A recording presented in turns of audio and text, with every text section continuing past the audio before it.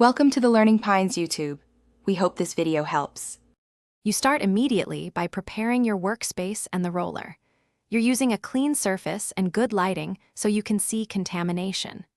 Rinse the Derma roller under warm running water to dislodge skin cells and oils, making sure to flick out larger particles. Once rinsed, place the roller head into the ManMatter's disinfectant solution and submerge fully. Follow the product label and allow a 5 to 10 minute soak so the disinfectant can penetrate and neutralize microbes.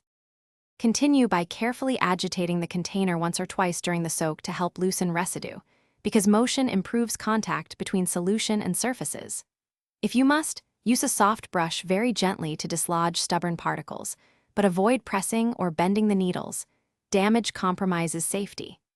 After the recommended soak time, remove the roller and rinse it with sterile water or boiled, then cooled water to remove disinfectant traces. Make sure you inspect the needles with good light to confirm cleanliness before drying. Finish by placing the roller on a clean paper towel to air dry fully. Do not towel rub the needles because that risks contamination.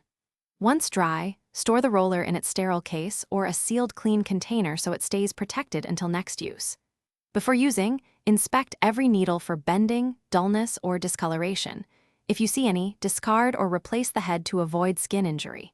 If you notice residue, persistent odor, or subsequent skin irritation, stop use and re-clean, or replace the device to prevent infection.